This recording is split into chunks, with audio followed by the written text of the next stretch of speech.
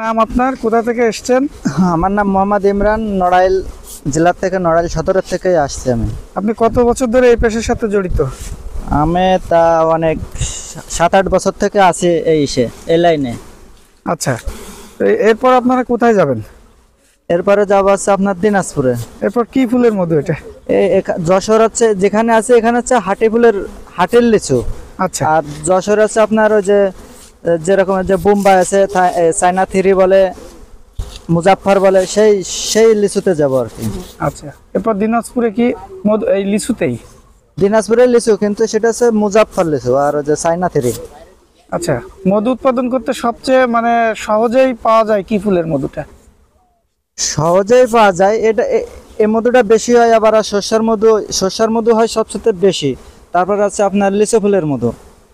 আচ্ছা, আমার আরেকটা গুরুত্বপূর্ণ প্রশ্ন আছে, সেটা হচ্ছে আপনারা অনেক সময় সরিষা ফুলের খেতে যান, জি, কৃষকের খেতে, তখন অনেক কৃষক আপনাদেরকে এই খেতে এটা রাখতে দেয় না।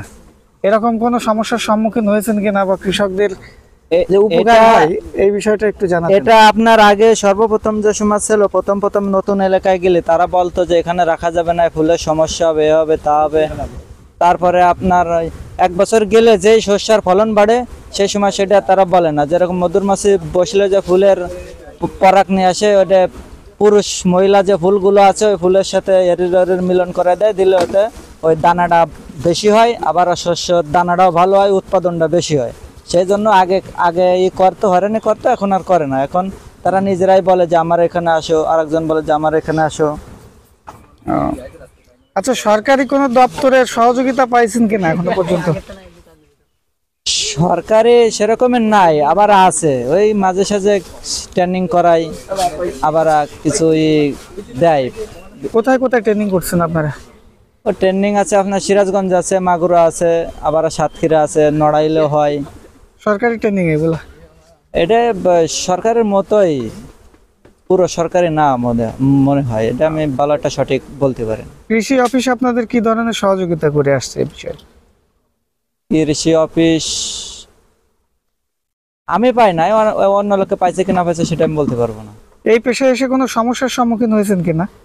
সমস্যা হয় কোনো জায়গায়, আবার কোনো জায়গায় হয় না। তবে এটা স্থানীয় লোকজন যারা আছে তারা সহযোগিতা করে সেটা সমাধান করে। যদি কোনো সমস্যা ঝামেলা কেউ করে, স্থানীয় লোকজনে সেটা সমাধান করে দেয়। আচ্ছা আচ্ছা, এর উৎপাদন কিরকম হয় প্রতি ফ্রেম থেকে বা প্রতি বক্স থেকে? এর যে একটা চাক আছে, যদি ভালো মধু হয় তা এর 40টা থেকে 45টা চাক ঘোরালে 1 মণ মধু হয়। প্রায় প্রতি চাকে 1 কেজি। 40টা কি আপনার ফ্রেম না বক্স? এই চাক, এই যে চাকটা আমি ধরে রাখছি, এর 40-50টা চাক ঘোরালে 1 মণ মধু হয়, যদি ভালো হয়। আর এমনি একটু নর্মাল হলে 60টা ঘোরালে 60-70টাই আসে। অতএব আপনার ওই 700, 800, 600 গ্রাম করে গড়ে ধরা যায়। ঠিক আছে।